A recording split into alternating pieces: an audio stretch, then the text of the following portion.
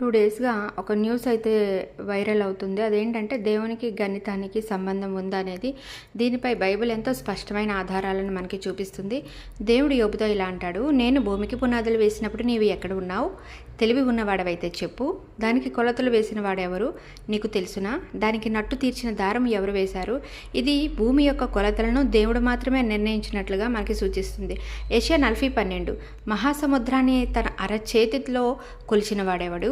ఆకాశాన్ని గడియారంతో కొలిచిన వాడెవడు? మరి ఇది దేవుని అపారమైన జ్ఞానము, శక్తిని తెలుపుతుంది. కొలసీయులకు 1:16-17 ఇంకా గమనించినట్లయితే సామెతలు 8:27-29 ఆయన ఆకాశాలను స్థాపించినప్పుడు, సముద్రానికి హద్దులు నిర్ధారించినప్పుడు, భూమి పునాదులను ఉంచినప్పుడు నేను అక్కడే ఉన్నాను.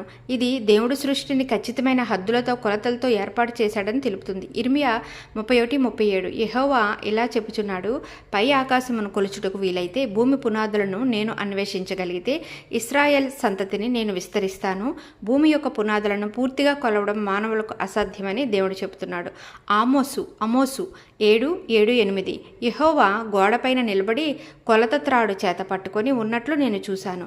యెహోవా నాకు, ఆమోసా, ఏమి చేస్తున్నావు అని అడిగాడు. నేను కొలత త్రాడు అని చెప్పాను. దేవుడు తన ప్రజల నడవడిని కొలిచేందుకు ఒక త్రాడును ఉపయోగిస్తున్నట్లు కనిపిస్తుంది. ఇది భౌతిక కొలతలకే కాకుండా న్యాయం, నీతికి సంబంధించిన కొలతలను కూడా సూచిస్తుందని మనం గమనించాలి. జకర్యా 2:1-2 నేను కళ్ళెత్తి చూశాను, ఒక మనిషి కొలత తీగన చేత పట్టుకొని వచ్చుచున్నాడు. నేను అతనిని ఎక్కడికి వెళ్చున్నావు అని అడిగాను. అతడు యెరూషలేమును కొలవబోతున్నాను అని చెప్పాడు.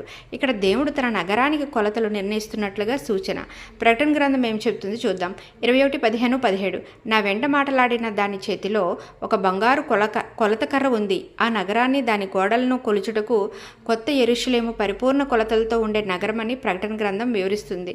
దేవుని సృష్టి యాజమాన్యాన్ని, కొలతల ఖచ్చితత్వాన్ని సూచించే చాలా వచనాలు బైబిల్లో అయితే ఉన్నాయి. ఇవి కేవలం భౌతిక కొలతలకే కాకుండా దేవుని ప్రణాళికలు, న్యాయ నిబద్ధత, పరిశుద్ధత మరియు నియమాలను కూడా ప్రతిబింబిస్తాయని మనము గమనించాలి.